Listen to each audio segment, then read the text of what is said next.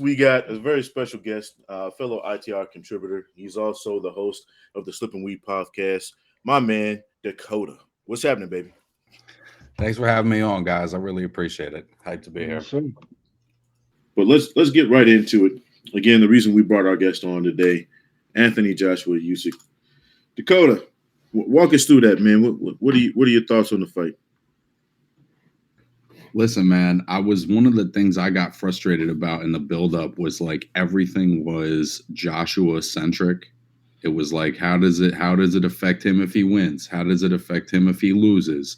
What's he gonna do next? Is he the next Lennox Lewis? Da, da, da, da, da, da.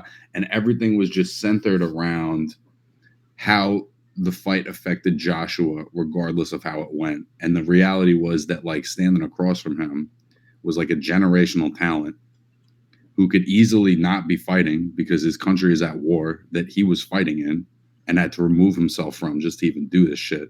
But it was like he was just a side thought for me.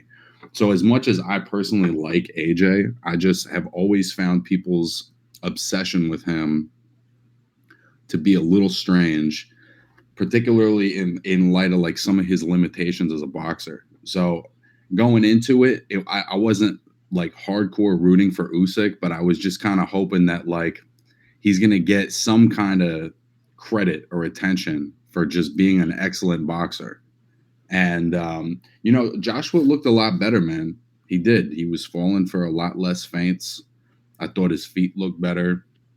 I thought once again, he wasn't physical enough. And I just think that, at the end of the day, it was still a skills fight. And Usyk took that 4 rounds that he needs to kind of figure out what the game plan is. And once he started letting his hands go in combination, it was just, all of that. My legs are bent and I'm not falling for the feints. It's not enough once Usyk started opening up. So again, I thought it was a great win for Usyk. I think Usyk Fury, I have no idea if that's going to happen. I was talking about this with Felix last night. Like, I don't really understand what Tyson Fury is doing, even if it's just marketing. And then at the end of the fight, it's like AJ still doesn't understand that it's no longer the AJ show. Like, you've lost. Yeah. Be gracious. Let that man speak first. It's not about you anymore. And he just doesn't know how to do that. He's so used to being the star of the show that he was just like, look, let me fucking talk about how I lost, because the whole buildup has been about me anyway. So people will love this because this whole event is about me. Right. So I didn't like that shit, man. I thought that was pretty fucking lame. I thought the sentiment of it was good. Like, he's trying to be gracious, but he's like too emotional.